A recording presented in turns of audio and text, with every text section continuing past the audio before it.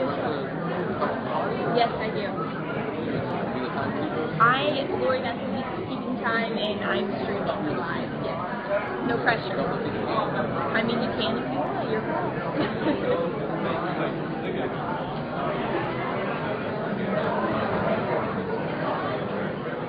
Kara?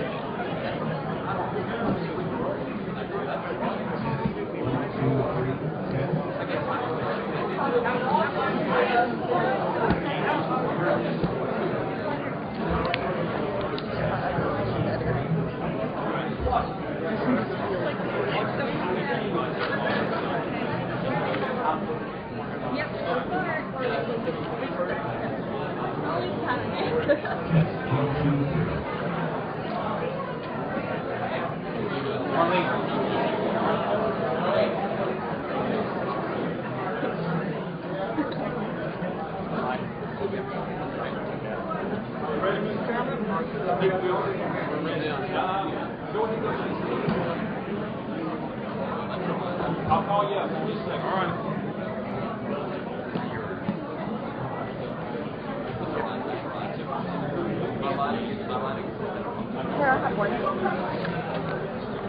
I'm giving it to Kevin, so if you don't give it, get it back. It's Kevin. Thank you. Thanks a lot.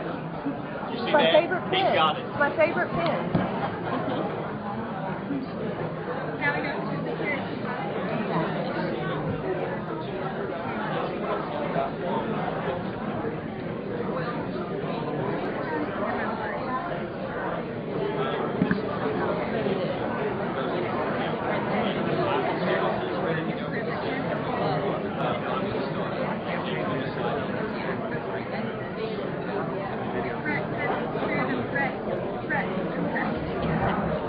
That's my motto.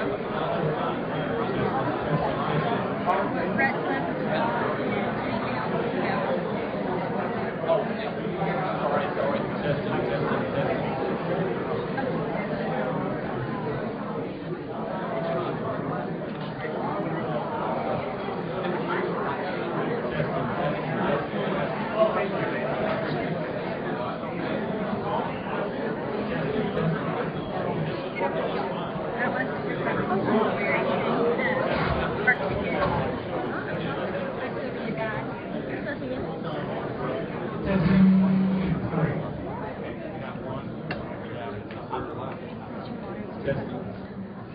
Yes.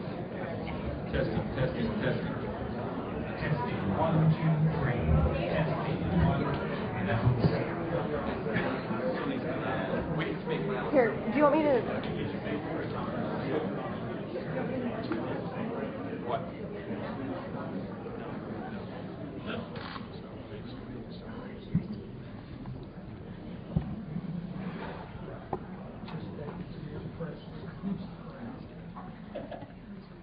Center in, I'll pass that along.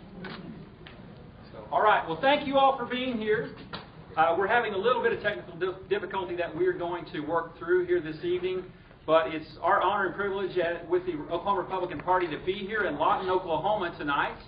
And if you guys would join me standing, I'd like to open us up with a word of prayer, and then we will do our Pledge of Allegiance. Heavenly Father, we just pause at this point in time and we ask your blessing upon our proceedings tonight. Thank you, Lord, for the individuals who have courageously stepped forward and put their name on the ballot. I thank you, Lord, for just the traveling mercies that you're granting them and that you would continue to extend that to them. Heavenly Father, the campaign trail can be very tough. It can be very trying. And so I just lift these individuals up and their families as they continue to work hard to achieve a goal. And Lord, I pray that you would help us to continue to elect men and women who are committed to pursue truth and righteousness and to stand for what's right within our country. And I ask your blessing upon this process as we seek to do that. It's all this that I ask and I pray in the name of Jesus. Amen. Amen. And now join me in the salute to our flag.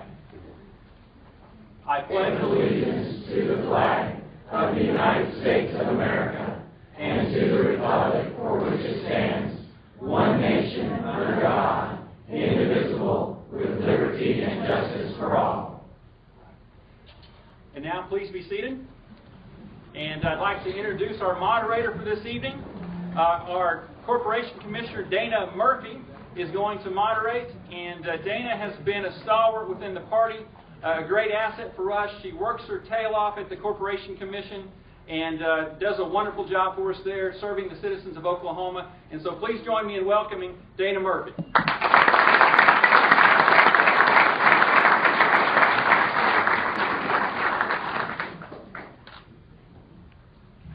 Okay, I'm going to give this a go, but it doesn't sound like it's working.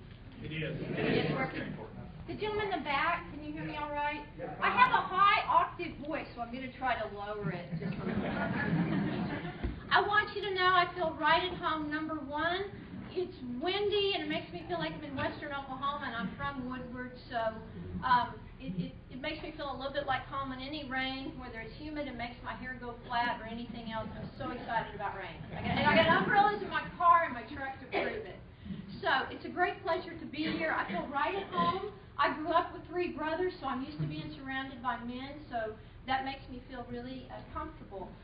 The ground rules, and these candidates actually know it, is we'll be asking questions. I have the questions, and I will let all the gentlemen know. I've actually solicited questions from others, so they won't be just questions that I created myself.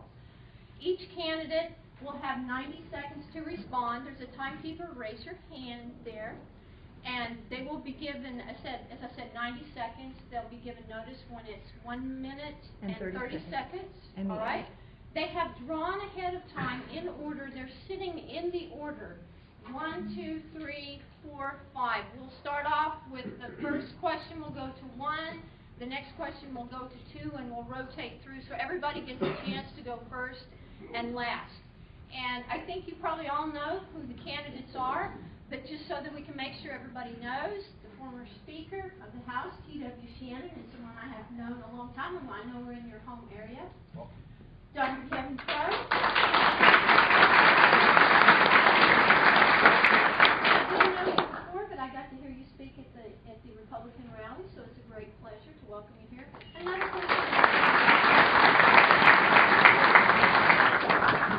person I know well, Randy Brogdon, former Senator Randy Brogdon. Could give him a hand.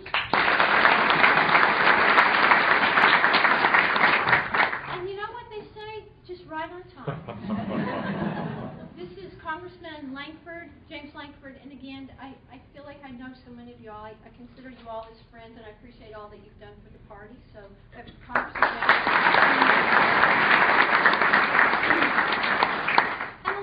newcomer to the party, Eric McCrae. It's great to welcome you, and I was a newcomer myself, so I just want to say welcome to the party, and we're glad that you're here. So,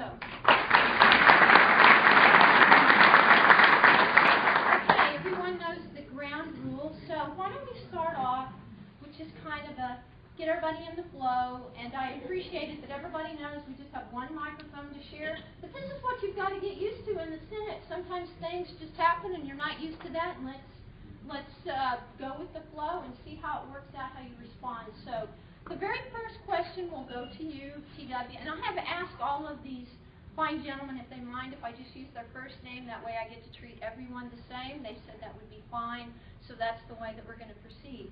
Okay, TW, our first question, again a question that was actually, I think I solicited this question. Do you plan to commute or move your family to Washington, D.C.? And then once you answer, please comment on that answer.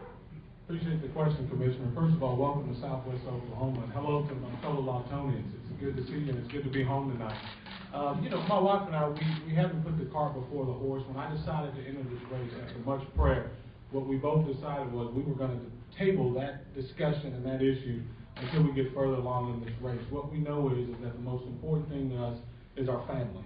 And we've approached this idea, this opportunity, this privilege of serving in public office as ministry, and we're going to allow the Lord to lead us on that. But right now, we've not made a discussion on that.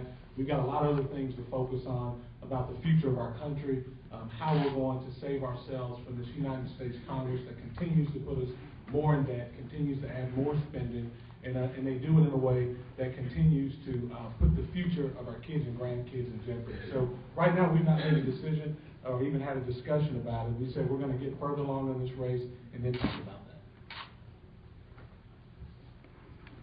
There was a British sociologist by the name of Dunbar. He had this theory which is called Dunbar's number.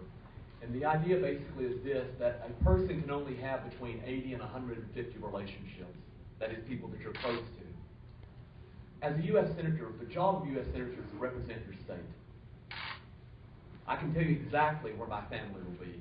They will be in Oklahoma. They will not be going to Washington because I want my heart and my mind in Oklahoma, period. As your U.S. Senator, that's the only thing I'm interested in, is basically representing this state. Also, so I don't become too close to Washington, you have my word on this right now. If I win, I'll serve this 2-year term. After that's over, I will run one time for a 6-year term. After 8 years, I'm out. Because anybody who's been in Washington more than 8 years, you have to question, do they like Washington better or Oklahoma better? That's a fact. That's human nature. That's not a political question. That's human nature. Anybody who has lived elsewhere knows that after you move, how many friends do you keep in touch with? Not that many. You are loyal to what you're close to. My family, as I said, will be in Oklahoma. They may go see me, during the inauguration, or they might come up there one holiday, but that's it. They are not going to be Washingtonians. They're going to be Oklahomans, period. I got to believe that Kevin has more friends than 150. Oklahoma's been my home my entire life. It'll be my home if I'm honored. I had the honor of serving you in the U.S. Senate. I could probably be a little bit more emphatic than that. I wouldn't even consider moving my family to Washington, D.C. Because the thing about a U.S. Senator, and Kevin touched on it, is that we do represent you in Congress. And it is important that we get back to the state as quickly as we possibly can and stay here as long as we can. I suspect if I'm serving you in the Senate, I'm going to leave Oklahoma at the last minute, and I'm going to get out of D.C. at the earliest moment that I can to come back home. I love this state. It's a wonderful place to live, and I wouldn't even consider spending any more time than I had to representing you in Washington, D.C. Yeah, thanks, y'all. Good to be able to be here. Sorry I was cutting it a little bit close. My last meeting was actually in Claremore this afternoon, and so I just arrived and got here just in time, so thanks for that as well. To answer the question, we will live in Oklahoma. I can show you that based on what we're already doing. I represent the area of central Oklahoma between Bethany and Wewoka right now for the last 3.5 years, and we're in Washington. I'm in Washington 3 weeks a month, back in district 1 week a month. Every single weekend I come home. My wife and my daughters are right there, Hannah and Jordan. They are 17 and 14. I do not want them to grow up with a Washington mentality. I want them to grow up with an Oklahoma mentality. There's an enormous difference between the two. It also makes a big difference for me personally to be able to be back in the state. It makes a difference when you're having dinner on the weekends with lobbyists and with people from Washington, or if you're having dinner on the weekends with people from Oklahoma. When I'm at a shopping area, I want to run into Oklahomans. I want to interact with folks. I want them to have an opportunity to be able to bump into me and say, hey, what do you think about? So I think it's extremely important. I think we're about to be down to one microphone before we're done here in just a minute, because it's kicking in and out, I think. Let me say one other thing as well. For us, we're fairly simple and pretty straightforward. I live in my office in Washington, D.C. I don't want Washington, D.C. to be home.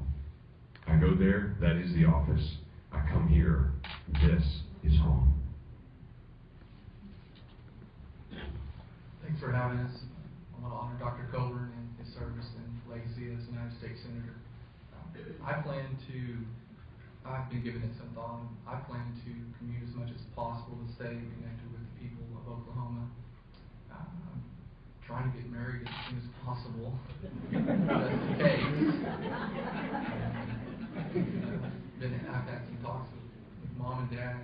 You know, I'm just being honest because they're there, and whatever it takes to do things right and to represent the state of Oklahoma, that's what I'm going to do. And that's what my family is going to do also. Okay, terrific. I've been requested to see if you all would like to stand when you respond, because the people in the back are not actually able to see you, and I think that would help them. So our second question is going to start with you, Kevin, and the question is, how would you propose to reach a balanced budget in the next 4 years, and how would you pay off existing debt? Sure. Can I take that in reverse order? You can use your 90 seconds to answer those two questions. First of all, there's a number of ways of balancing the budget. The purpose of being an American statesman is to serve American citizens first. Now, let me explain one of the things that means. We need to get back to our traditional foreign policy. That's number one, as expressed by George Washington, which basically said, stay out of foreign entanglements. You look after our country and our country first. Actually, our country only, okay? One of the things we've done is we've busted our budget by having commitments all around the world, involving ourselves in shadowy civil wars and getting in other people's fight. Now, one of the things we can do is by bringing people back, that will allow us to do a lot towards fixing the budget. I mean, let's face it, two things have basically caused our budget problems. One are these foreign wars that have been lasting for too long. Okay, that's number one. Number two, of course, the bailout. We'll go back to this bailout. This is another problem we have to look at too. The bailout from 2008, basically the Federal Reserve undertook a bond buying policy to the tune of $85 billion a month. We've essentially doubled our money supply.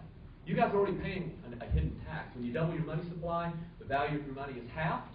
And what that means is that's why you're paying $5 a gallon for milk, whereas a few years ago it was $1.89 a gallon. So one of the things we have to do is stop the bond buying policy. Commissioner, thanks for letting me stand up, because the only person I can clearly see is Steve Fair. Great view, isn't it? It's a good view. Good view from down there. Yeah. Okay, your 90 seconds to start now. I know. It won't take me long to answer this one. I have a pretty simple philosophy. Number one, we have to stop the debt. No more increasing the debt. You know, it's pushing $18 trillion now. It is literally bankrupting our kids' future. They're not going to have the same great American dream that each one of us have been able to live so many years if we don't stop the debt. I will not add one penny to the debt as your next U.S. Senator. I subscribe to the Connie Mack penny plan. Now, it's not going to be 5 years. I think if we took 1 penny out of every dollar that is spent, we'd have that budget balanced in about 7 years. The other thing that we need to do is get back to constitutional spending.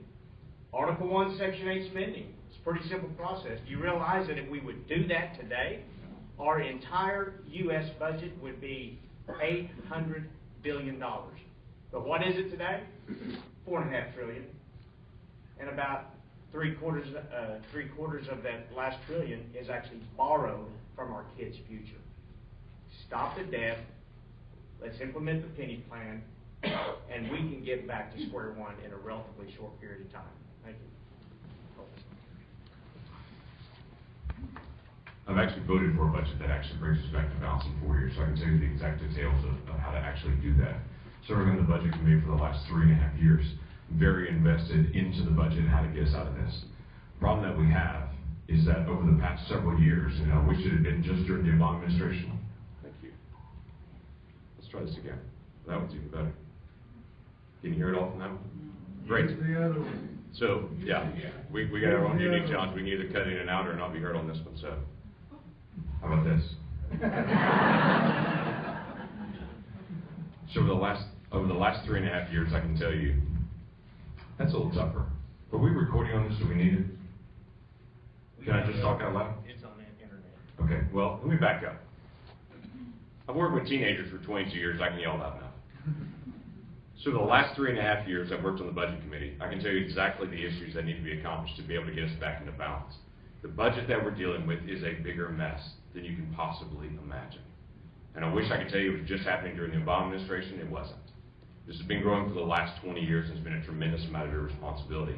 49 states, including our own, have a constitutional requirement to balance a budget. Oklahoma has to balance a budget, balances its budget every single year, has for years and years and years and years, because it's required to. The United States Constitution does not require that. I would pass a balanced budget amendment requiring that. I'd also start to deal with our entitlements. I can identify $100 billion a year in entitlement waste right now, including what's happening to EITC, which is $15 billion a year that flies right out the door. So there are major issues, but you've got to get down to the exact same spots that need to be identified to be able to identify those and to be able to get rid of it. If the deficit and the debt is the problem, then there's no point in adding on to it. We need to balance the budget now. How I would do it, we've spent $683 billion on our military last year, $187 billion of that on our offensive military presence in the Persian Gulf. Even if we could maintain that spending, I wouldn't do it based on principle, because it's costing us $221 billion a year to service that debt. That's money down the drain. So I would take that $187 billion, put that directly towards paying down the debt. Let's see, we have $500 billion in welfare. In principle, I think welfare entitlement spending, if it's going to be done, needs to be done at the state and local level. So take the $500 billion there. I would privatize Social Security. I would privatize the post office. They're not running a profit on a monopoly. They're the only ones who can deliver mail, and they still can't run a profit there. So I got tons of ideas. So I don't even know where else to go. But how much more time we got? 15 seconds. $600 billion in energy revenues we are spending overseas. We can bring all that money back, kickstart our economy even better, which will raise tax revenues. There's tons of ways that we can do what we have to do to get our spending in check.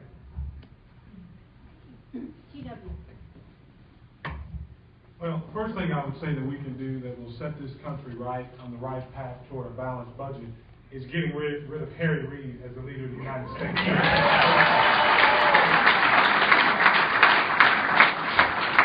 And I think the second thing is we've got to be focused, like Dr. Coburn, on the waste, fraud, and abuse that we see over and over again coming out of the United States Congress, as well as the other federal agencies. And one of the first things I've called for as the next United States Senator is an elimination of an abolishment of the EPA. I think that the EPA we continue to see the EPA to go after and become the political arm of this administration, and to go after private business, to go after the private sector, and to squelch our economy. What we need to do is to grow our economy so that we can get back to a balanced budget. But right now, as has already been mentioned, 2/3 of our spending right now is actually done as a result of, 2/3 of the spending is actually entitlement spending, and we've got to have a real discussion about entitlement reform, but also abolish something else we can celebrate. I see Representative Cootie here and others. We passed, just in the state legislature this past week, the last week of session, we actually moved and voted with a bill that I co-authored to get rid of Common Core, something that I think getting the federal government out of education altogether. We can abolish the U.S. Department of Education as well.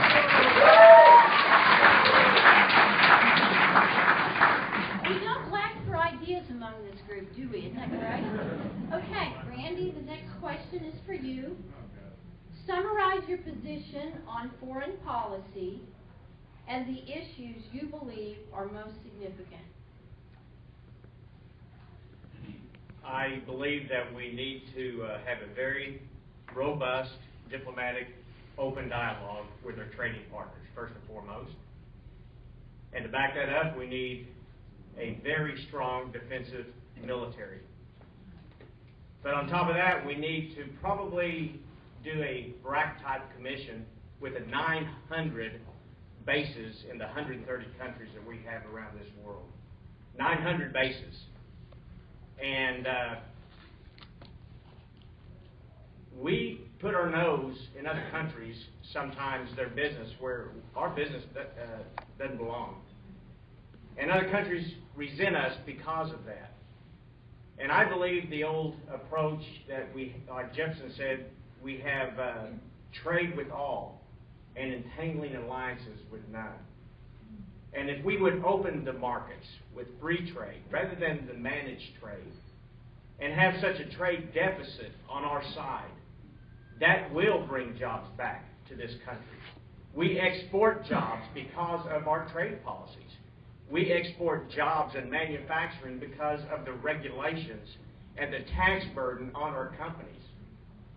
So, strong diplomatic ties and conversations with our trading partners, and have a military defensive system second to none to mind our own business at home.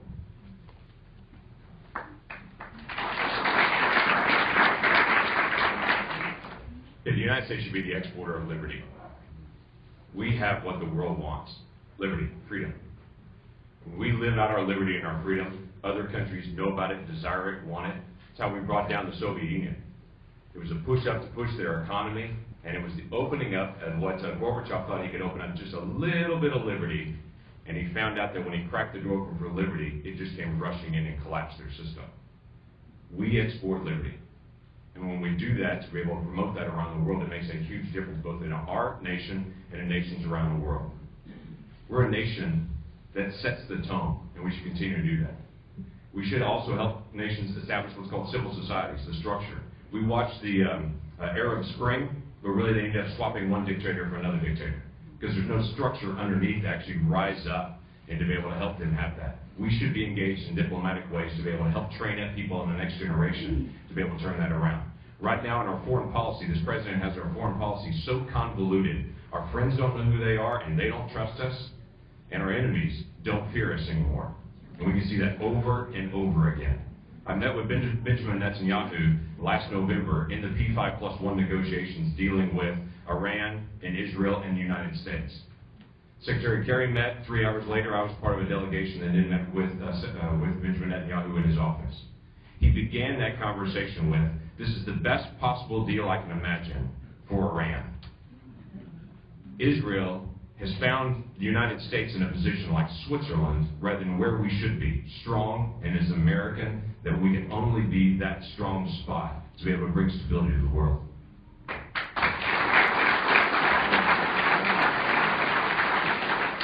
I would eliminate our foreign aid. $1 billion to Pakistan is not foreign aid, it's tribute. Whenever the Taliban came out of Pakistan, that incenses me that we pay tribute to that country of all countries. I would say out of internal affairs, this administration has made so many messes across the world, and a lot of us don't even know it. They're stirring up a mess down in Latin America between Honduras and El Salvador, selling planes. We've got them in Kenya, telling Kenya that they have to amend their constitution to allow gay marriage, or we're going to pull our foreign funding from them. I've heard this firsthand, and the hypocrisy of the administration to preach tolerance and to go to another country and try to dictate domestic affairs to them is beyond me. So we could take a stand in the Senate to make sure our the spending that we do matches the values that we need. I would pursue reciprocal trade agreements with countries. Turkey, they discriminate against our doctors, against our lawyers, but they expect to be able to send their doctors and lawyers to our country, and that's not right. And so there's lots of areas where we could adjust our foreign policy.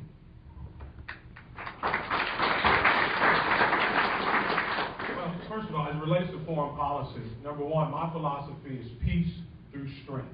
Under no circumstances should the United States of America be negotiating with terrorists. That's where we need to start. As to the second part of the question, what's the most important, pressing issue right now? I would have to agree it's Iran, a nuclearized Iran. Under no circumstances can we allow Iran to become nuclearized? And we need to do everything we can to support our #1 ally in the region, the only democracy there in Israel. So we should be leading through peace, through strength, and make sure that we keep our commitments. But also, the world needs to know that when America says it's going to do something, we keep our word. That's my philosophy, and that's how we should support. And I would add this.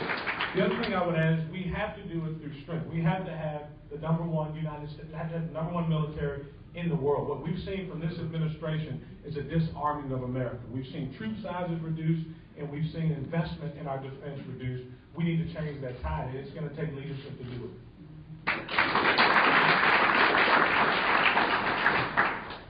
First of all, I want to mention this.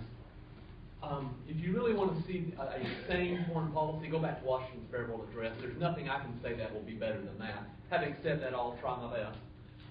The job of America is not to be the exporter of liberty. That's not our job. Our job is to look after ourselves. Let me explain what happens when you become the exporter of liberty. Jimmy Carter tried that in Iran. Remember the brutal Shah? Saw where that got us. You know, the Belgians, when they tried this in when they pulled out of Rwanda. Well, we need to teach them all men are created equal. And then all these Tutsis started saying we're all equal. Well, all the Hutus started saying the Tutsis, they don't treat us equal. Let's get back. And what we had was a slaughter.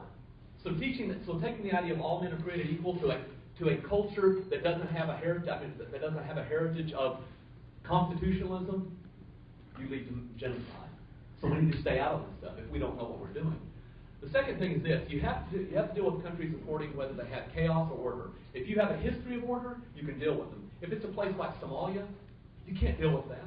I mean, it's kind of like this. The Benghazi crisis. You know what the real crisis of Benghazi is? Why do we have diplomats there in the first place? Shouldn't we have learned our lesson in Somalia in the 90s? We need a sane foreign policy. And don't get in shadowy civil wars. And by the way, Putin's a bad guy, but he's not Hitler of 1939. Russia has fewer people in it now than Nigeria does. Do you think if they actually overran the Ukraine, they could stay there? It's not our fight.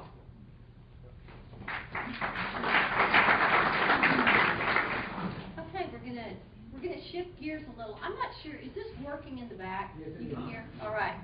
We all know that Oklahoma is a leader in oil and gas drilling and development. This question concerns LNG exports. I just returned from a utility conference in Indiana, and it was very interesting, some of the things that I heard there. So this question, and it'll start with James first.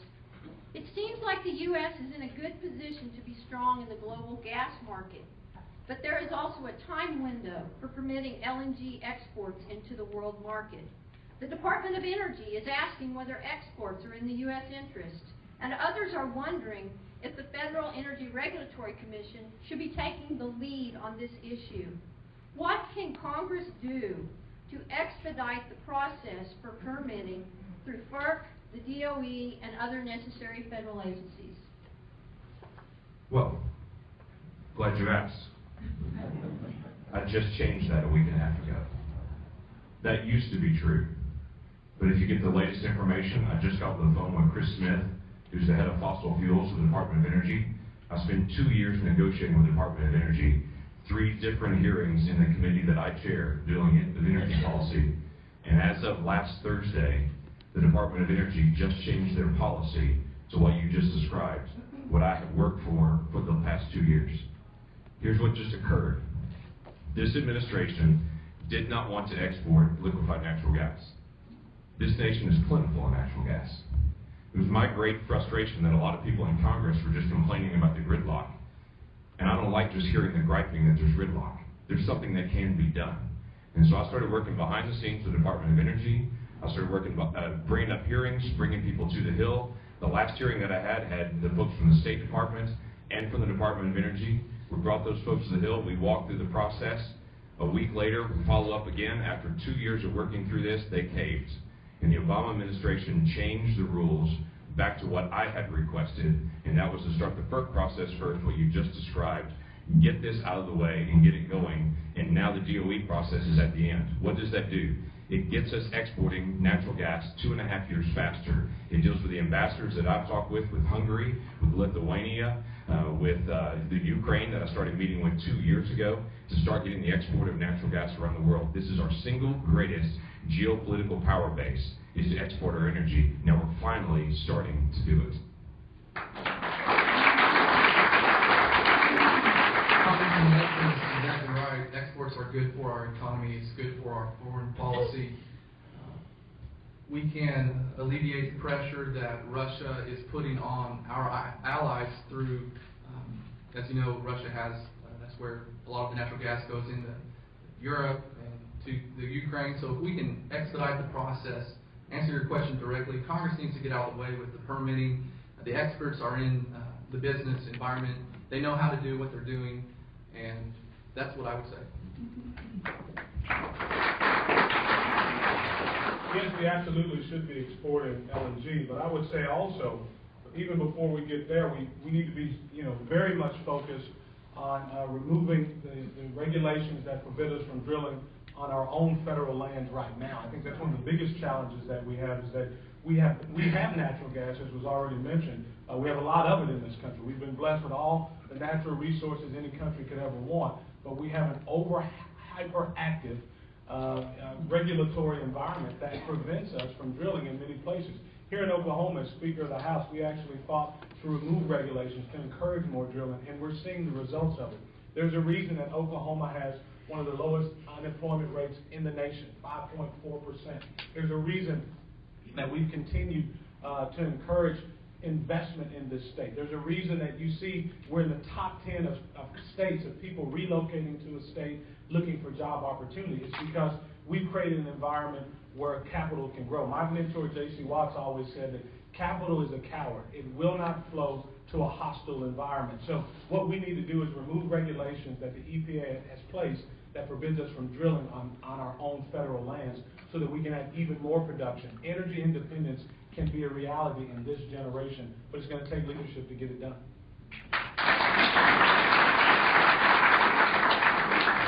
One thing we need to always look at is motivation. Why do people pursue certain policies? And it's clear to me that Mr. Obama follows radical environmentalists. I think he has to appease those in his own party. I think he also may favor certain industries over others. So that he may have something out for the oil and gas industry, because he may want to spark other types of energies, because maybe those people contribute. I don't know. I'm just throwing that out there. So always look at motivation. Now, having said that, let me explain how I would deal with the question that you just answered, and it goes back to motivation. First of all, it's good to normally, especially with manufacturing goods, it's always good to have exports. And normally that's true with commodities as well, normally. I would support the export of natural gas, with the exception of one condition. If we are importing natural gas, don't export what we have, because that's not fair to American consumers. Now, if that's not the case, export it, because already we allow foreign countries to get dibs on our lumber and our coal. That's corrupt, and that's got to stop. So let's think about motivation before we decide whether it's good or bad to export it. Let's make sure that we're not costing American consumers first. That's important. That's why I'm a conservative who understands working families. Thank you.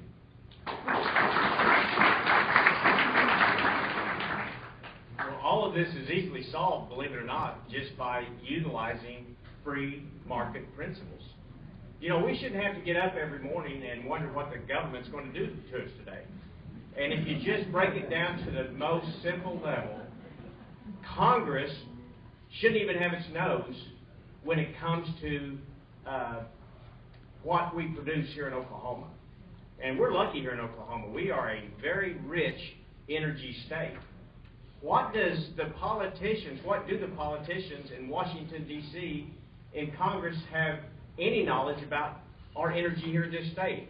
A big fat goose egg. They know nothing, yet they're making policies on how we drill, where we drill, when we drill, if we drill, or if we mine. We see what Obama's doing to the coal industry. And Commissioner, I hope you have an opportunity to buck up this latest Supreme Court decision. Our utility rates are getting ready to go through the roof because of bad ideas from Washington, D.C. It's over and over again. I spent 30 years in in business for myself, and I realized that competition breeds excellence. I had to be better tomorrow than I was yesterday if I wanted to stay in business. And Americanism, entrepreneurialism, that is the secret to our success. And like Reagan used to say, government's not the answer, government is the problem. Get it out of the way.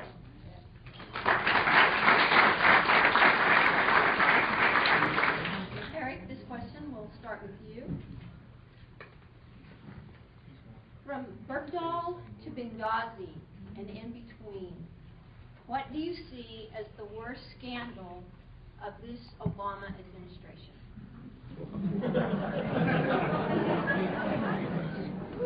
Well, the entire administration has been stonewalling Congress at any opportunity that have. To answer your question, probably the deaths of the ambassador in Libya. That, to me, the fact that our commander-in-chief did not do everything he could within his power to save their lives, and then to compare that to the effort and the supposed expediency that he had to get this deserter free, it just does not equate. Adding that up with who he released when he did that, it's just the whole entire administration has been a scandal from the get-go. The biggest problem with this administration and these scandals that we keep having is we don't know which one is the worst one because we haven't had a Congress that has gotten us the answers. We don't know yet which is worse. We don't have all the answers. I certainly Benghazi, you name them, there are a number that we could start listing, but at the end of the day, the biggest challenge is we have an administration that continues to trample the Constitution of the United States through the executive order. That's the big challenge. And we need leaders that are going to go to Washington, D.C. and push back against that. As the Speaker of the House, we actually focused on this a lot, pushing back against the federal intrusion that we see. I created the first ever States' Rights Committee because we know if there's going to be reform in this country, it's going to happen at the local level, not in Washington, D.C. So as far as the question directly, man, that's a hard one. Which is the worst scandal? I don't know yet because there's so many still coming out, and we still don't know and have the answers to any of them because we've had an administration that has refused to be held accountable, and we've had a Congress that's refused to hold them accountable.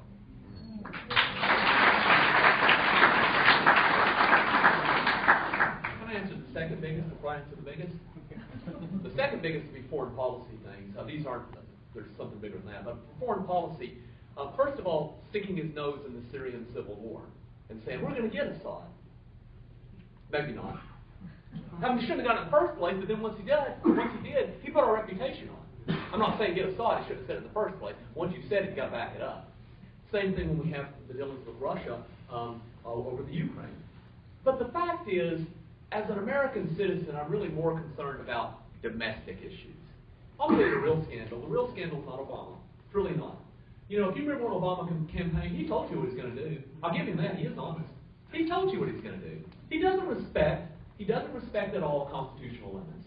The real scandal is the American Senate, American House of Representatives for not standing up to him and saying, you need to respect your constitutional limits. Because the fact is, we're getting a guy who's ruling through executive order. And that's the problem of the Congress, not him. We need to rein him in. So the big scandal is not his, it's the Congress's scandal. That's a fact. I think the biggest scandal is Obamacare. Taking 1/6 of our nation's economy and transferring it from the people's hands to government. What a transfer of power that is. That is a scandal that we may not live down for a long, long time. Why? Because we don't have any leadership in Washington, D.C. And now I'm talking about Republicans. The Republicans have backed off, and now we see that, well, we're moving on to other things. Bergdahl, this last week, the exchange of 5 bad criminals. We talked about them the other night. Now, I agree that maybe we should go get that prisoner of war. We should. We shouldn't be leaving anybody behind. We have ways to do that. without a 5-for-1 prisoner exchange. I think that is despicable. Last Tuesday, I called for President Obama's impeachment because of that. That was against the law. As a matter of fact, my wife asked me last night, she said, "Huh, did you call for Obama's impeachment?" And I said, "I did." She said, "Don't you think you should tell me that when you do stuff like that?" I said, "Oh, I forgot you're not listening to the news right now." But this administration is rotten with scandals. And until we find Republicans that will serve us wisely, nothing's going to change.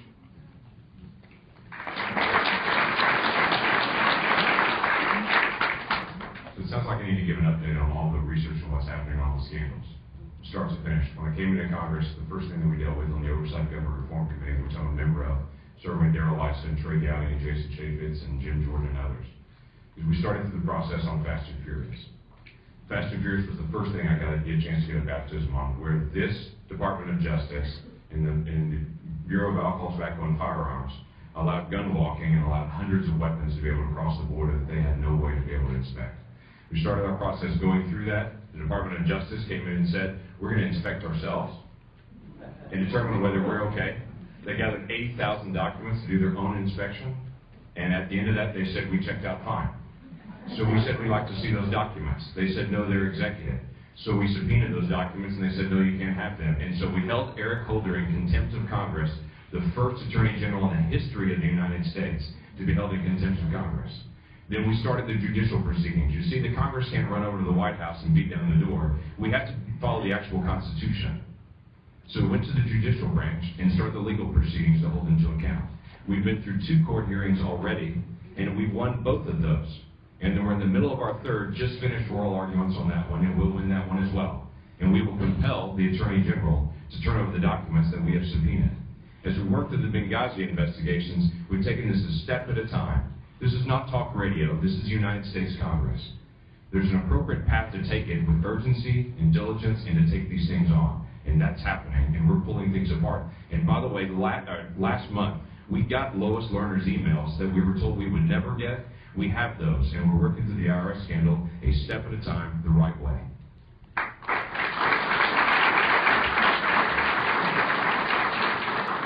Okay, gentlemen, we've been through one round of questions. I think you've all done great. Why don't you stand up, take a deep breath, and we're going to start back down the line in just a minute. So everybody, we're taking the 7th inning stretch a little early. It's a little warm up here, I might tell you. I'm assuming some of you are warm. They've done a great job, haven't they?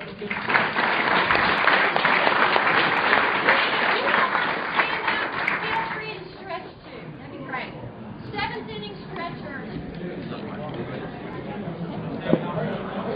I have a tripod that I hit that phone. I will bring it to you. It's got a slip over cover thing you can sit there on a tripod with a stand. I will bring that to you.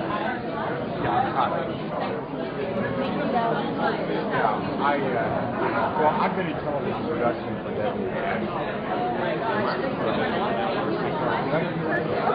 That's my cell number on it. Yeah, I'm not a culprit, but I'm a television production.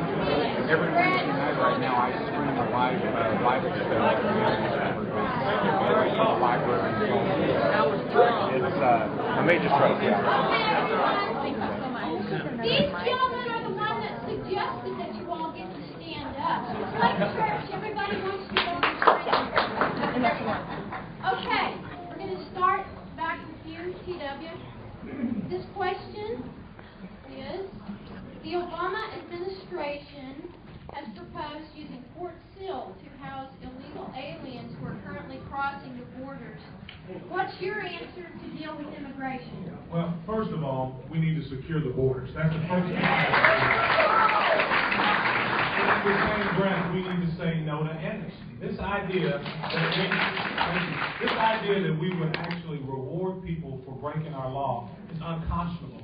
The American people, we are a nation governed by the rule of law, not the rule of man. We need to say no to amnesty, and we need to secure the borders, and we need to do it right away. This is not just a matter, and let me say this, it's not really a matter of even immigration reform. That's not what this is about. This is a matter of national security. We must know who's coming in this country and who's in this country. And right now, We don't.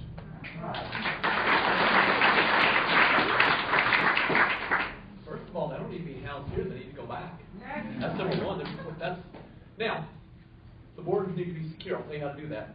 You can build a fence where there's not a river. Where there is a river, we can use drones, and we can track people coming across. And they can lead you to their safe houses, and then you deport them.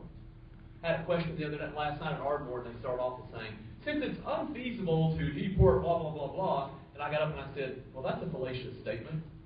Eisenhower did this, 1 million. We have 11 million right now. That doesn't mean round up everybody at one fell swoop, but it means enforcing the law, and as you catch them, send them back. That's number one. If you're hit, now let's talk about amnesty. You can go look at my record since I've been in this campaign. I have consistently said no amnesty ever. Not under any certain, like, change the words, and maybe we'll let these people, no amnesty if you've been here, if you came in illegally. Because if you come here illegally, you started off breaking our laws, what makes you think you'll ever be a good citizen? Also, we're not going to have 11 million competitors for American jobs. Now, a number of people in this race will say, we don't support an amnesty. And when Randy says it, he means it, okay? But let me tell you, go and look and see who's funding people's races. And see what those people's stance is on amnesty. Check this. This is your guys' task. You're the citizens. If you want a republic to function, you need to do research on all of us. Because someday you may say, huh, he said, well, I'm telling you, follow the money and see who endorses people. And then you'll know who's going to stay firm in the amnesty question.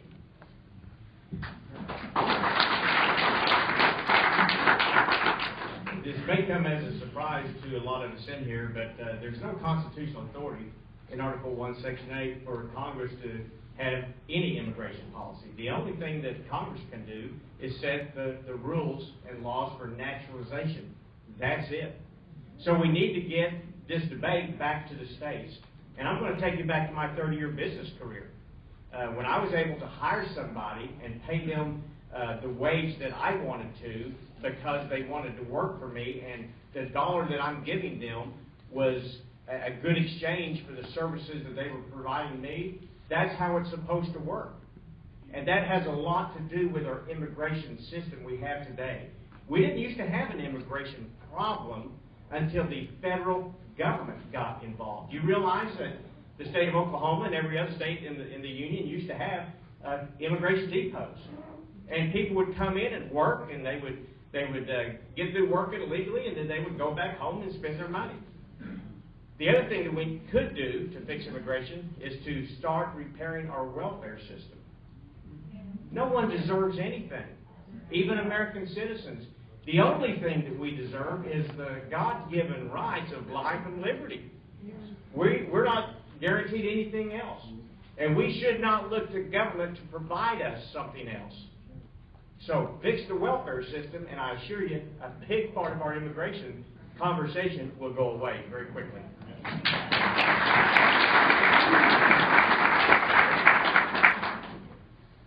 We most certainly need to secure the borders. And for all the folks that say, I'm sorry, our borders are large and we can't secure it, come on.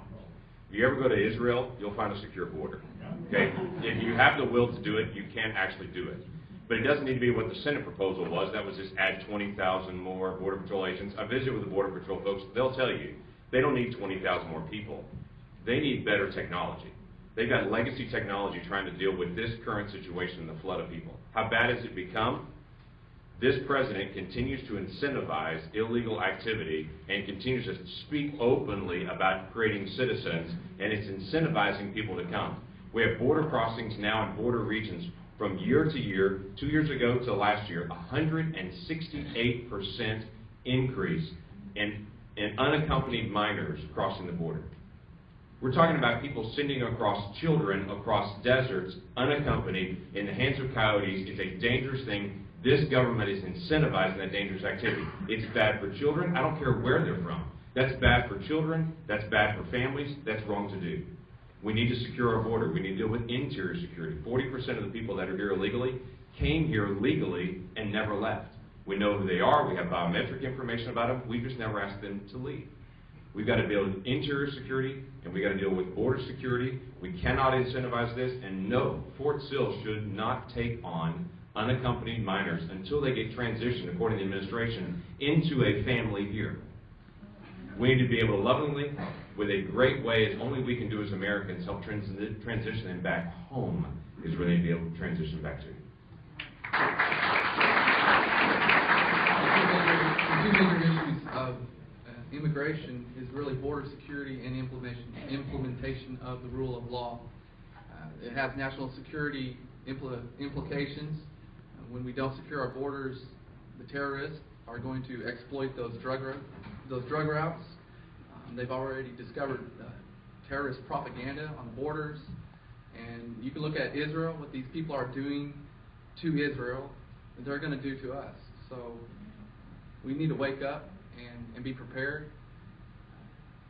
Healthcare, giving healthcare to immigrants, and it's a step towards giving them voting rights, which is just an attempt by the left to preserve their power, and it's an unconstitutional power grab.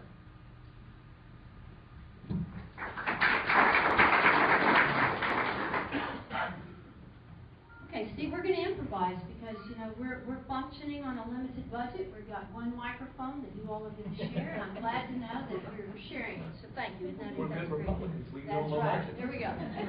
Okay. Kevin, the next question is for you. Education, a hot topic across the country and even in our own state. What role should the federal education department have in our children's education? Correct. They've got it. None. The fact is, you never want to give power to Washington. Okay? If you've traveled around the country, you know this. Oklahoma is not like other states. That's a good thing. Oklahomans are not like other people in other states. That's a good thing. And when you federalize any system, you're giving the power to Washington. That's a mistake. Now, some people will say, well, what about in the STEM, the STEM areas, science, technology, all of this? Let me explain that to you. When the federal government gets involved in that, already, if you look last year, we had a few 100,000 people in the STEM areas that couldn't get jobs anyway. We have an overproduction. And you always see this idea of bringing more STEM workers in from overseas because they say we don't have enough. No, the federal government gets in this program to try to create more STEM workers, people in science and technology. That's basically just a way of lowering the wages of people who have jobs, of lowering people like engineers, computer programs, their wages. So you're basically using your taxpayer money to lower your wages. That's not right. That's the collusion of big government and big business. And that's bad. Keep it close. Big government's bad, but the collusion between the two is even worse. Yeah, the obvious answer to that question is the federal government doesn't have anything to do with our local school system. Certainly shouldn't, but you know what? It does, and you know why? Because our state leaders stand there at 23rd and Lincoln and with their hand out and say, we need some more of that free money. And it has encumbered this state. We saw it with the Common Core fights been going on for several years. And finally this week, Governor Fallon did the right thing and signed that bill. And I think I heard today that Oklahoma is the first state in the country to get rid of Common Core. And hats off to her. But you know what? The federal government has no authority in our local school system. None whatsoever. It's not in Article 1, Section 8. And I get tired of even having these kinds of discussions because we waste so much time on something the federal government has no authority over. Why are we even discussing it? Education is left to moms and dads, first of all. And as Kevin said, get it right close to the people. If you want to have some state funds going into your local school system, that's one thing. We have that right living in this wonderful republic. But the federal government has got to be ejected, and the best way that I think we can do that would be to eliminate the Department of Education. And that's on my hit list. And I'm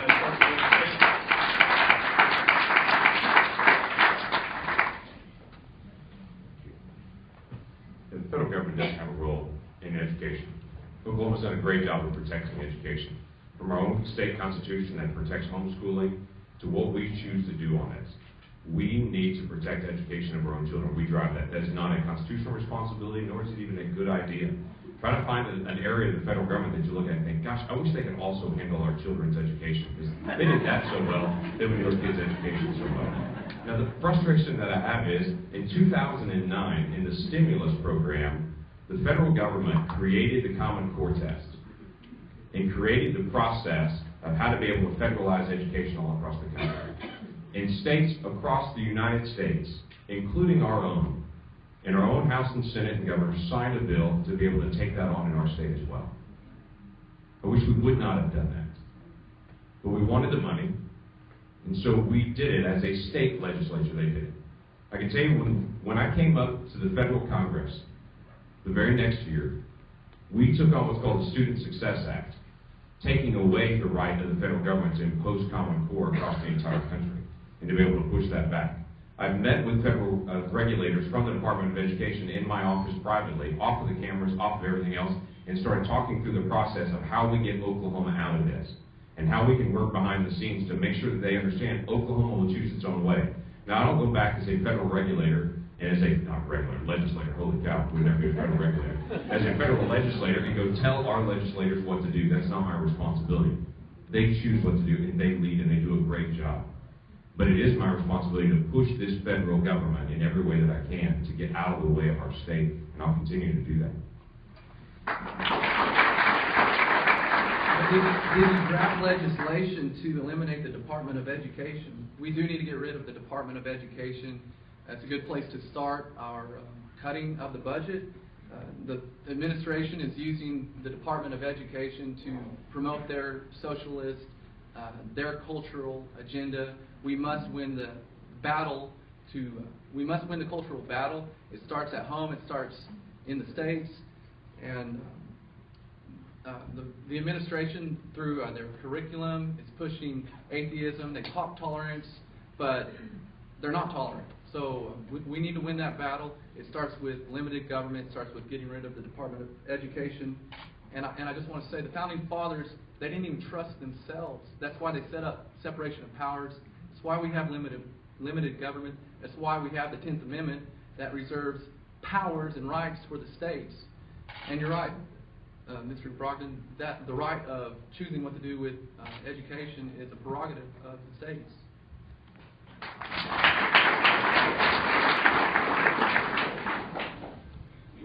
Parents should decide about the education of their children, not the state, not the federal government. Parents should be in control of their parents' education, of their child's education.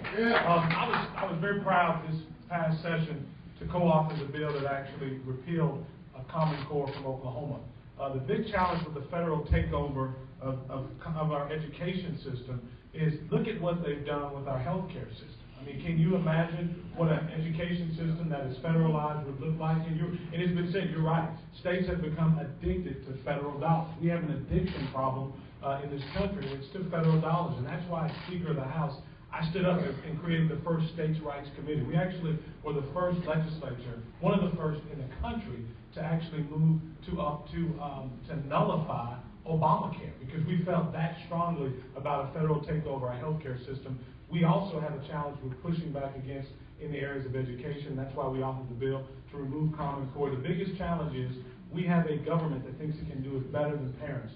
Parents should be making decisions about their child's education, not the government.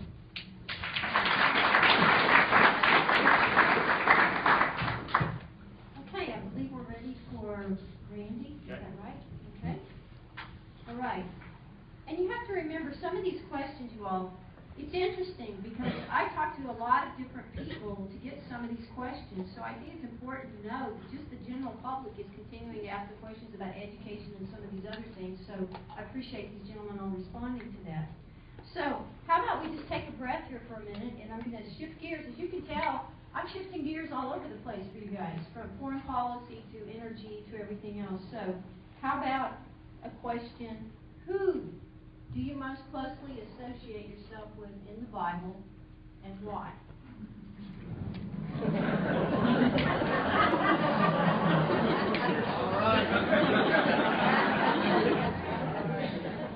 Careful.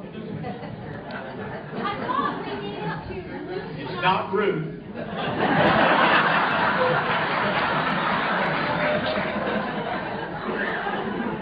Well, politically speaking, I would say David. You know, I view my race here, and actually I view my entire political service as a David and Goliath battle. I fight the big boys all the time. And as a grassroots, Tea Party type, constitutional conservative with the highest voting record in the state Senate for 8 years, there's a lot of what I describe as the tall building crowd and the chamber crowds and the political insiders in Washington, D.C. that take a rather dim view of my conservative credentials. And so David would probably be my best answer. That's about spiritual as I'll be.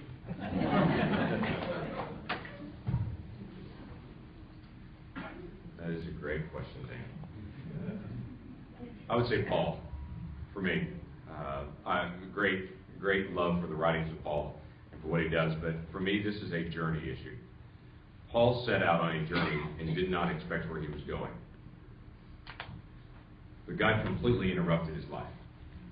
I served 22 years in full-time ministry, working with middle school students, high school students, and college students. I was the director of the Falls Creek Youth Camp, serving 13 years, directing the largest Christian camp, well, actually the largest camp of any type in America, and that was a tremendous privilege to do that. It is an unbelievable thing to stand here with you on a Friday night when somewhat my heart is still thinking about the invitation that's happening in Falls Creek in about 30 minutes on this Friday night as well. But let me tell you this. Paul was hit at Damascus with a clear calling. Annas came and was complaining with God, saying, God, I can't go talk to this person, you know he is. And God said, no. This guy's my chosen instrument to the Jews, the Gentiles, and the Gentile kings. And he set aside to go make this person your mouthpiece. I don't understand all the whys and whys. But in 2008 and 2009, my wife and I both clearly heard God call us and say, this is what I want you to do. We spent 7 months struggling and praying through that. Finally came to the point in time where we had to say, I'm going to be an old man one day, tell my grandchildren by the time I didn't follow God, if I don't do this. And my calling to go to Congress has twofold. One is to be an effective legislator because I want other Christian legislators to follow me. I want our district to say, elect people like that because they'll get the job done. But also I have a missional task. That when I get there, my job is to be able to share Christ with the people around me. And I've done that. And I've been honored to be able to lead other members to Christ, even lead lobbyists to Christ while I've been there. So I would say Paul is really on for me.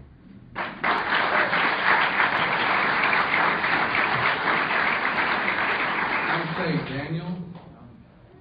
I've done Daniel fasts. I've done prayers. And Daniel was someone who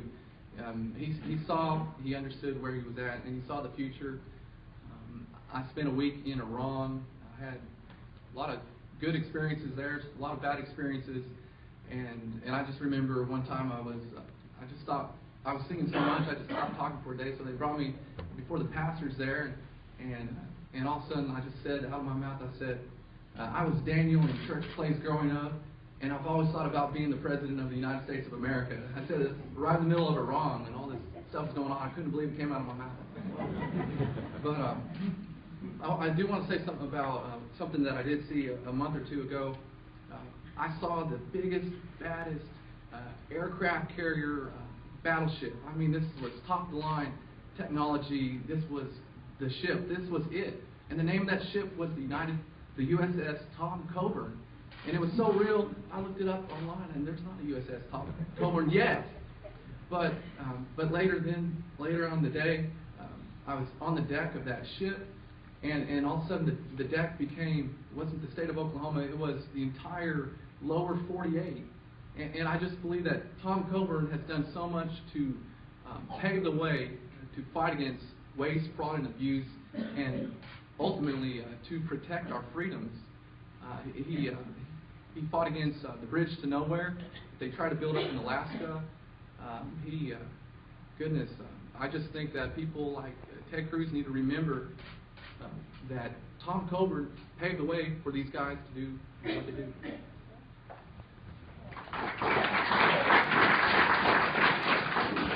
I'd like to say Joshua. You know, in the first chapter of Joshua, the scripture says, God says to Joshua, haven't I commanded you not to fear?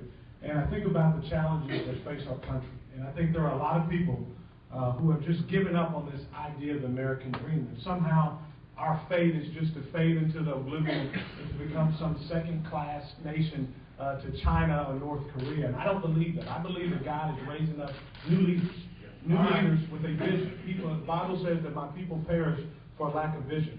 Without a vision, the people will perish. And what I know is this.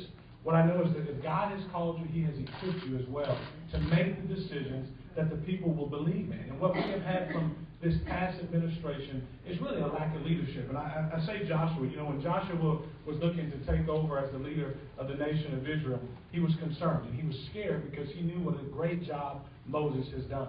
And much like it's been mentioned about Dr. Coburn has done a great job of laying out a clear vision of what's right and what's wrong. That the debt that we have right now is a challenge, it is a problem for future generations, and we need a new generation of leadership to go to Washington, D.C., and to change it, and to be light. The Bible has called us as Christians to be both salt and light to the rest of the world. And as Speaker of the House, I was honored to get to work with some of the most amazing people, like Representative Ann Cooney, people who know how to get a prayer through, and I know that they're out there, and I would be honored to have your support in your vote.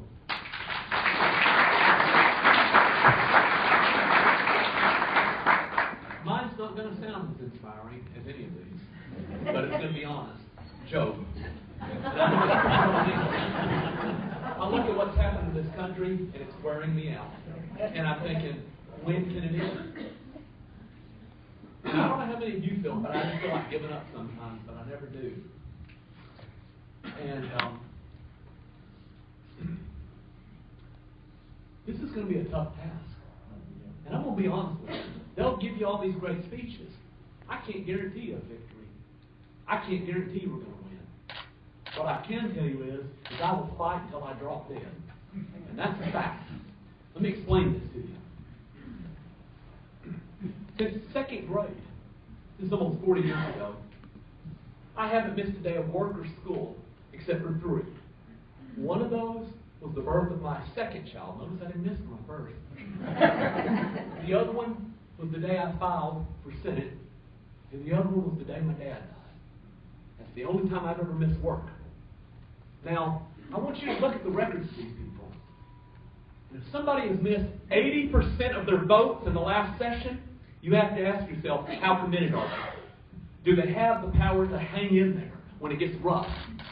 This is a tough job. We're not running for minister, we're not running for student council president, we're running for the Senate, and this person is going to have to represent this state. You want somebody tough. And I don't mean strong. Any of these guys call take me in a fight. I'm not that strong. Okay, otherwise I'm going to be a professor.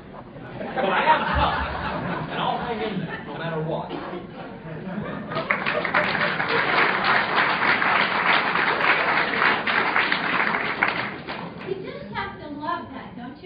See, you weren't expecting a question like that, but it's kind of good to hit them with these things. So, even the answers surprised me. So, very interesting. Okay.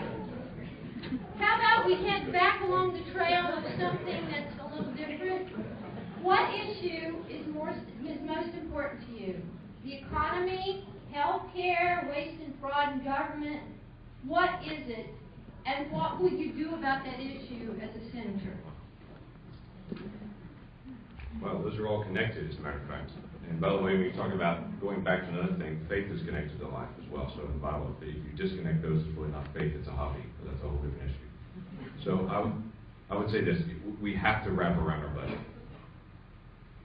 The budget issues are driving our economy right now. They're driving choices that are happening around the world. They're weakening our position internationally. This is no simple issue. You can't just walk in and say, we'll balance the budget tomorrow. It will just fill in the blank. That might have been true 15 years ago. That's not where we are anymore.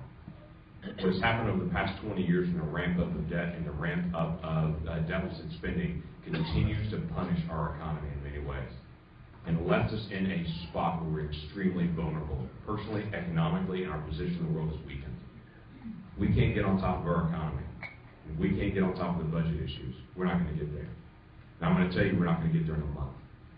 And anyone who tells you next month I can balance the budget just like that, I would always ask the question, show me. because I live and breathe the budget issues all the time. And there are no simple answers anymore to what we're dealing with. Total discretionary spending in our whole federal government for all of our discretionary spending is $1,014 billion. Our deficit right now is $550 billion. Someone can show me and say, okay, let's do a 50% sequester across the board. We just had all the big issues and yelling and screaming over 2%. What's it going to look like over 50? So we have to deal with this, though, because it affects our position in the world and it affects how we do our day-to-day life. And the kind of people we're dealing with are the people who crammed Obamacare down our throat with a procedural vote. These people are not interested in negotiating. That's why we have to stand our ground now, saying balance the budget, bring the fight to them. It's the fight we need to fight. Criticism and debate is good. It's good. This right here, this is good. JFK said he welcomed criticism and debate. It was the lifeline or the blood of the republic.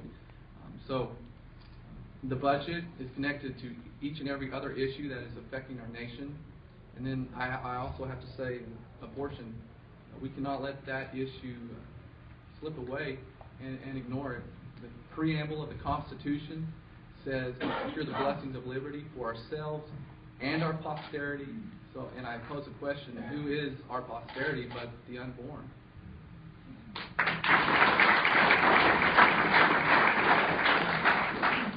Without a doubt, it's our debt. $18 trillion. Anybody here tonight have a newborn child or grandchild? Newborn? Anybody? There's no life for a newborn? I see, well, Darcy Klein. I forgot about that. You know what that child inherited from its federal government? $174,000 worth of debt. Let me say that again. $174,000 worth of debt. None of us in this room had to tolerate that. None of us in this room had to inherit that from our federal government, and neither should the next generation of Americans. In fact, when you hear this administration and the talking heads out of Washington talk about the problem, you know what they will tell you? They will tell you the reason we can't do it is because we have a revenue problem. We don't have enough revenue. Well, let me tell you, we have record revenue coming into the United States Treasury, more revenue than we've ever had in the history of this country. We do not have a revenue problem. We have a spending problem. We need to stop the spending. We need to stop the spending. You know, by training, I'm an ancient historian. I'm old. I'm an ancient historian. I studied the Greeks and the Romans. And there's a word that we use called patriotism. Patriotism comes from the Latin patria. It means fatherland. And the Romans had this notion of something called pietas. And pietas is where we get the word piety. It means you had a devotion, you had a duty to God. For them it was God, but for us, God. The family, and your fatherland. Notice I didn't say country. I hate the word country. I hate the word nation. I like the word fatherland. And the thing is basically that's it. You're royal to a place because that's the land of your family. Family is the number one thing. The defense of family. Everything revolves around that.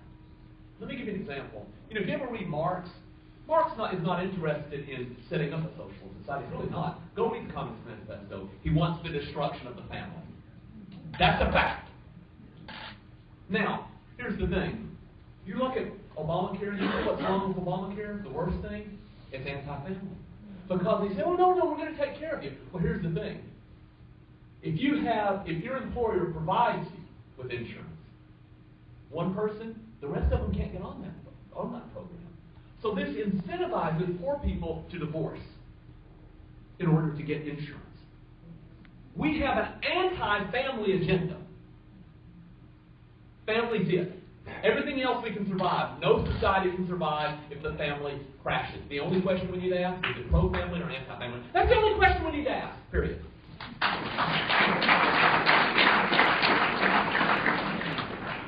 I truly believe that the worst thing facing us as I like the word republic, Good word. is the debt. And it's already been mentioned a couple of times, $18 trillion. Every American taxpayer has a debt-choking noose hung around our neck right now to the tune of about $170,000. Every man, woman, and child in America today owes the federal government $54,000. Why? Because of bad ideas, bad policy, bad politics from a lot of careless politicians in Congress. I want to make a promise to you. If I'm your next U.S. Senator, I will never, under any circumstances, vote to increase the debt limit. $18 trillion is too much. It's destroying my kids' future. TW asked if there was any new babies. Well, I got a new grandbaby coming in September, and I want my new grandson to have the opportunity to live this dream that I've lived my entire life. But this debt crisis that we're facing is killing our future. No new debt coming from me.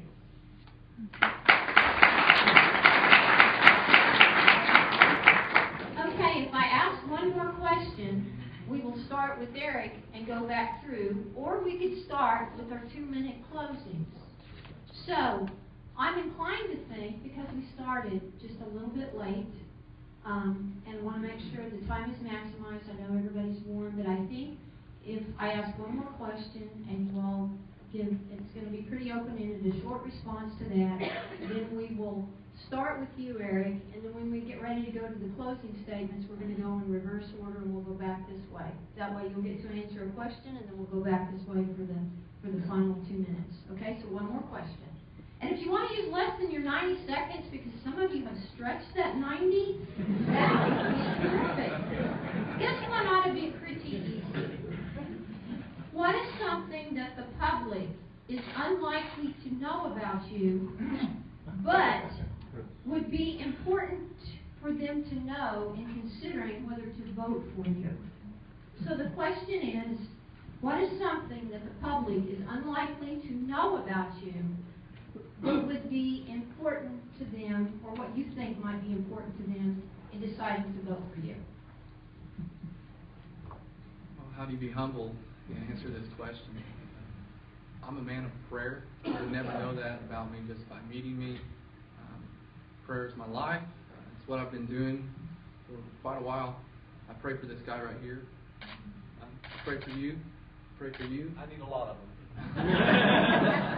So I think that you have to be a man of prayer to serve the country, because you're going to have to be in a position where you can hear what the people are saying and hear what God's saying.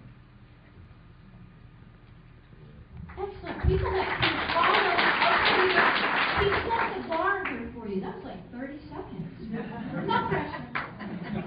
As you looked at me, Dana, thanks. I would probably say work ethic. I'm usually up by 4:30. It drives my wife crazy, and I try to get all my emails answered by that time. I'm usually not to bed to 12 or 1. So sleep is just not real high on my priority list. Now, eating usually is. That's a lot more important. But I will tell you this, there's nobody in this race that will get up earlier and stay up later to work and serve you. I did it as speaker, I've done it as a House member, and you have my commitment that there's nobody who's going to outwork me in this race or serving as your United States Senator.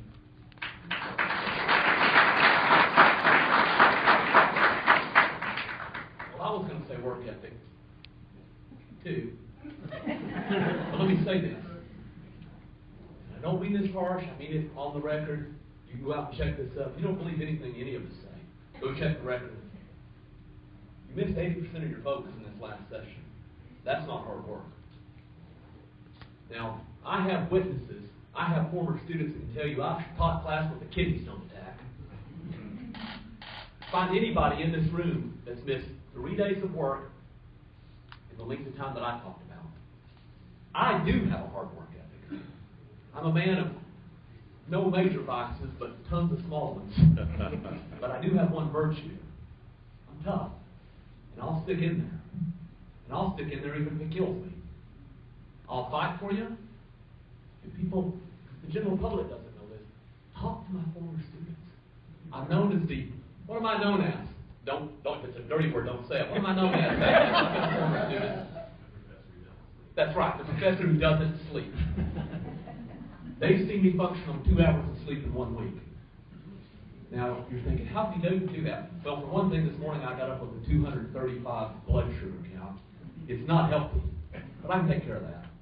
But I'm doing this because I'm in this to win, because I think our country depends on this.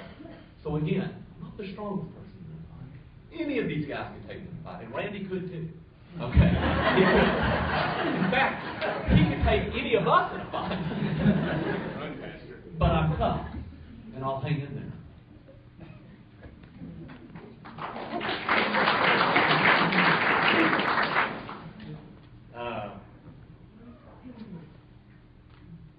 I love my wife so much.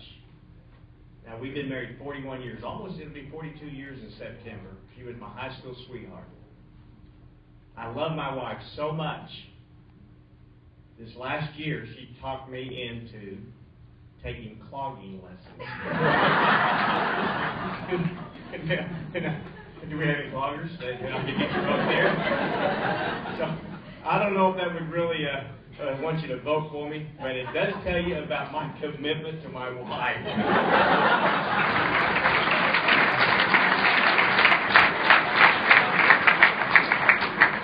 Randy, that's funny.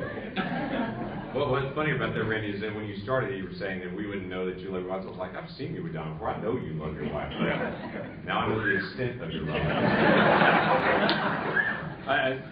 I think I don't know if people know this or not, but I'm a student. I love to study. I enjoy the research. One of the things about being in Congress is that you may deal with agriculture, then you may deal with education, then you may deal with energy, then you may deal with national defense, and then you may deal with environmental issues. You don't get the privilege of specializing in one area. You've got to be a student in all of them, and you've got to engage. And my passion is to study. I grew up as a debater. My mom was a librarian. I grew up in the library. And so my passion is to research. But it's not just to read and research. It's to research people. I want to actually go ask people hard questions. I want to find people that disagree with me. George Will makes a comment and says, truth is not responsible for its owner. There are people that I may disagree with on other things, but may have a really good idea on that. And it's my obligation as a legislator to be able to go ask questions and to be able to listen and to bring conservative principles to the problems that we face. And I think that happens a lot when you actually get away from the stage, away from the cameras, sit down alone and do your work and actually go through and do the research that it takes to be able to be someone that's prepared for the task.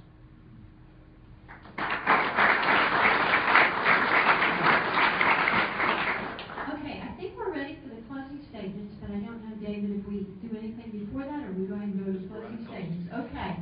I'm just honestly going to tell you, gentlemen, I've campaigned myself, and I have such incredible respect for what you are doing. I know how tough it is on your families, and when people say things that you want to respond back to that you don't feel like are quite accurate. So I just want to say I respect and appreciate every single one of you, and I thought you did an outstanding job because I threw all kinds of questions out of left field from you, and I think it was good to see how you handled those. So I think you should be extremely proud of all of these gentlemen for how they fought on their feet, they shared their lives with you.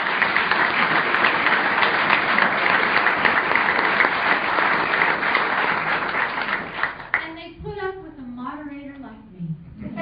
So, Eric, we'll start this way. I think it's 2 minutes, right, for the closing, and we'll work with number 5 back down to number 1. And again, this was the order that they drew, so everyone just be reminded of that. Balance the budget now. We don't need to wait 10 years to get to point zero to balance the budget.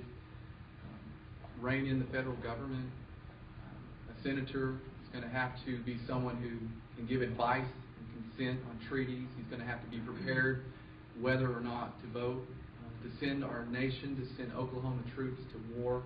I've spent over a year overseas in Afghanistan, not just as a troop, because when you go as a troop, you're still around other Americans, but I was exposed to Afghans, Pakistanis, Azaris, Tajiks. I've been months in Latin America. So if I do have to make difficult decisions, I have something to draw from besides looking at reports. We need to rein in the federal government. We need to protect our liberties. And we need a statesman to go to Washington who can continue the legacy that Dr. Coburn has made, and someone who will stand on his shoulders. And I ask for your vote June 24th.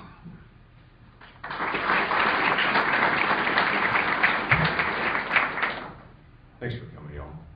There are a lot of things you can do on a Friday night besides do this. This tells me you're very engaged. We anticipate somewhere around 250,000 people will vote in the Republican primary, and they'll settle who the next senator will be. In a state of 4 million people, 250,000 will actually get involved in that process. Obviously, y'all are part of that righteous remnant. Thank you for staying engaged and actually doing your homework and trying to do this. This is important for the future of the nation as well. For us and our family, when I went to Congress 3.5 years ago and started the process, walking from a non-political background and walking into that, after about 6 months, I remember calling my wife one day, late one evening, and saying, I've had this deja vu feeling since I've been here, like I've been here and experienced this emotion before, and I finally figured out what it was. It's middle school lunch. There's not a place that I've been before since middle school lunch that you sit around and you get praised for attacking other people. The more belittling you are, the more everybody says, way to go, way to stick it to them. The more you make fun of someone else, from your party or from someone else's, someone goes, way to go, high five. It's middle school lunch. We all grew past that, supposedly, and then reverted back to it in Congress. I believe you can do politics and do the greatest commandment at the same time. I believe that you can't actually live biblical principles there and here. And I believe you've got to find a way to actually turn around and face the problems we face today. Now, my frustration when I got there was not only middle school lunch, was about how many people that I'd seen on television that talked great about all of the different problems. But when I got there, really there were no options that were being discussed for solutions. We've got to be able to solve these issues. When we talk about problems, everybody nods their head. We've got to move past just, yes, we all agree there's a problem, to here's a list of solutions. Let's start, let's go with step one, and let's get this done. We've got to move past just yelling at each other. I would be absolutely honored to be able to have your vote and your support. This is a big election and a big decision for everyone in that. You can find out more information on other issues. Dana brought up almost everything, but you can find out other information at jameslangford.com. You can find other things there. So, honored to be able to have your support.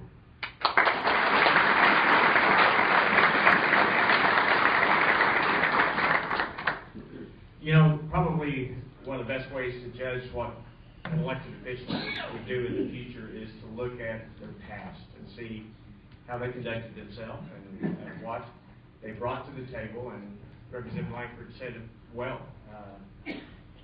There are a lot of problems that we're facing today. Now, when I served you for the 8 years in the state Senate, I didn't just talk about lower taxes and limited government. I didn't just talk about trying to protect your property rights. I didn't just talk about it.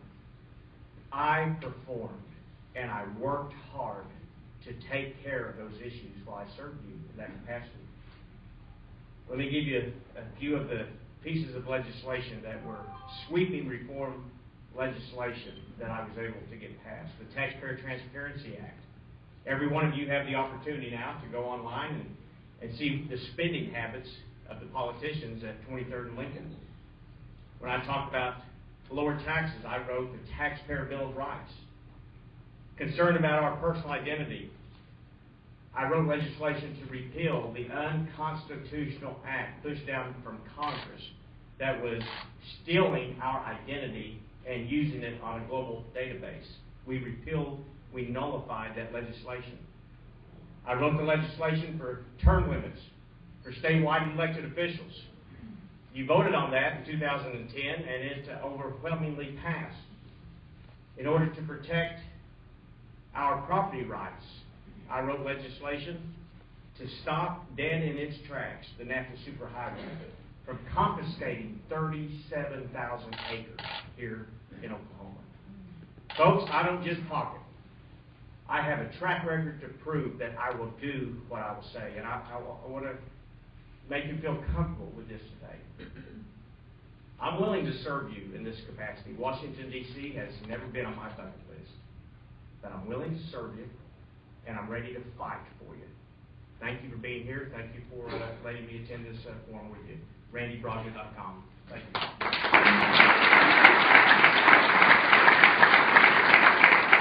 I mentioned this issue once before, and I'll bring it up again.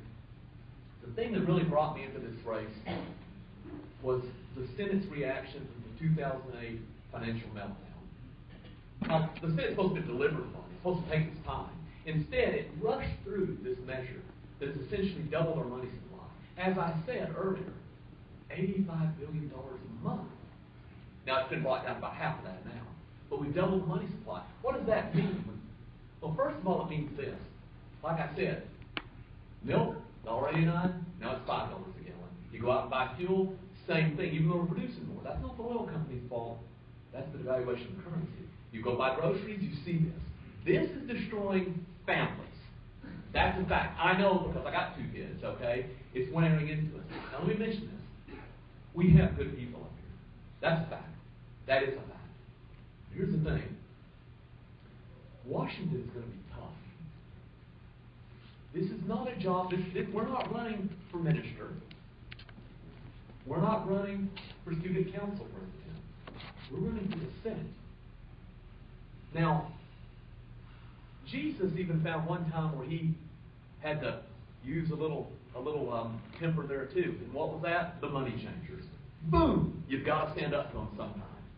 Now that's a fact. I'm not the nicest candidate in this. I'll tell you that right now. But I'm the toughest.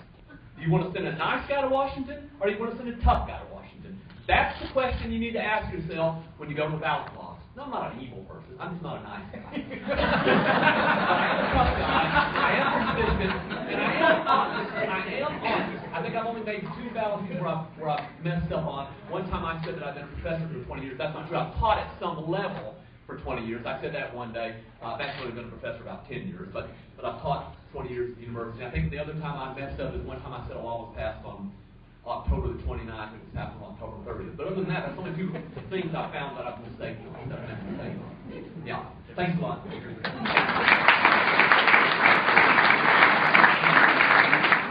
friends, thank you for joining us tonight. It has been an honor and a privilege of a lifetime for me to represent this area for the last almost 8 years now. In fact, this is real home for me. I met my wife just a few blocks away from here on this campus. Literally, I was driving my car and she threw her cell phone and begged me to take That's not the true story. In fact, but I do want to tell you this in closing. You've heard a lot of policy discussions, but after this next election, it's not just about who gives the best speeches. It's not just about who claims that they've got the best record. This is a fight for the direction of our country. And I want to take you back to the day I decided to get into this race. It was right after Dr. Coburn had announced that he was stepping down. It was actually on Dr. Martin Luther King Jr.'s holiday. And my parents had told me that there was a documentary I needed to see and watch that was coming on, I think it was PBS or one of the other public stations. And I was watching it about Dr. King and how he had led the civil rights movement and used this new medium of communication to change public opinion. And I remember the day my dad had come over. Dad's here tonight. He's made it his mission in life to teach my 5-year-old son how to ride his bike without training wheels. And we had the windows up. It was a nice day. And literally, it hit me like a ton of bricks as I was watching this documentary. I realized our country's come a very long way in a very, very short period of time. When my dad was a young man, he had to drink out of a separate water fountain. In fact, when we talked to my daughter about it, she's 8 years old. You know what she says? She's heard about, separate but equal in water fountains. You know what she says? But Daddy, why didn't Granny and Papa just drink out bottled water? And my point in saying that is, she can't even imagine an America that is separate but equal. And that's a good thing. That means we've come a very long way in a very short time. What that tells me is there's still hope out there. There is still optimism. If we can come that far in less than one generation on such an issue that was so deeply woven into the fabric of who we are, fixing our fiscal house is not that difficult. We can do it, but it's going to take leadership, people that are willing to stand, and I'm willing to do it. Thank you.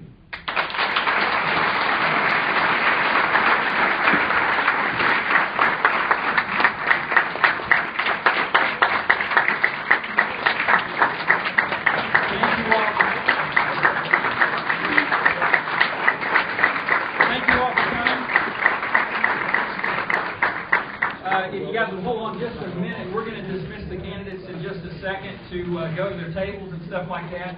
But I would just like to take a moment to say thank you to Dana for doing such a wonderful job.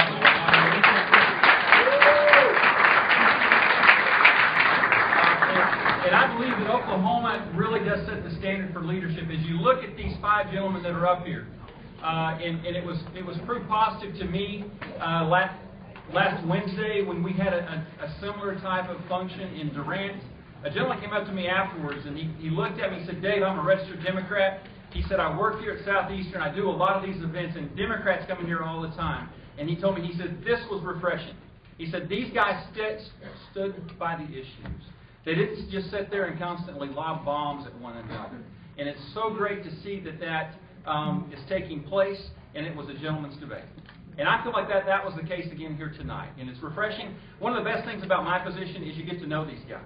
And you get to know Eric. And Eric, I want to forewarn you, I've been told, not only did CW meet his wife here, Steve Fair met his wife here too. So single ladies, you might want to be careful. But that being said, we as a party, I can just stand here and tell you that I feel like we're going to be in good stead with whoever you guys select to be our nominee. And we're going to honor the integrity of the ballot box, and we're going to rally behind the individual that you all select to be our nominee and to be our next senator. And so keep that in mind as we go forward here. I so much appreciate you guys for stepping forward. You've stepped out of the boat. You're walking on water. You're stepping out on faith. And that's what it takes. And that's what it's going to take to turn our country around. And you're right. We may not win the battle. But you know what, guys? The battle's ours, and the outcome is in God's hands. Yes. It really is. It's in God's hands. And I need to recognize here real briefly before we dismiss. I just want you to know we've got a couple of county chairmen here. And these guys don't get the recognition and the credit that they deserve. And so I'd like to recognize Mr. Leon Ferris, who's the Stevens County chair. I'd also like to recognize Mr. Glass, who's the county chair over in Carter County. And then also I'd like to recognize Mr. Ed Peterson, who is your Comanche County chair. And then Ms. Cleta Malone is here, and she runs the Comanche County Republican Women's Club and does a fabulous job. And then from there, we also have Wayne Watts, who is here, who is our 4th Congressional District Chairman. And then also our National Committee man, Mr. Steve Fair, is here in attendance to speak as well. And then finally, we have a very special elected official who has come to join us, and that is our State Representative, Ms. Ann Cootie. Please stand. And then last but not least, if you're a member of the OKGOP staff, please stand. Let's acknowledge you guys, because you guys kind of helped make this possible this evening, and I so much appreciate it. And in my position, I'm kind of a detail guy, but I just can't get down into the grass and the weeds like I used to, and so they kind of pick that ball up and carry me and carry it for me, and so I so much appreciate what you guys can do. And so at this point in time, candidates, if you would go ahead and go out to the tables, and you can be there. And what I would hope that you guys would do now is this is your opportunity. You've listened to questions that Commissioner Murphy has put forward, and you've listened to questions that other people have helped her with. But this is your opportunity to go meet these guys one-on-one and make your own assessment. And so I would encourage you, as we dismiss, go out there and meet those guys, visit with them. They're going to be around here for a little while, and it's a perfect opportunity. Thank you so much for coming, and we appreciate your activism. God bless.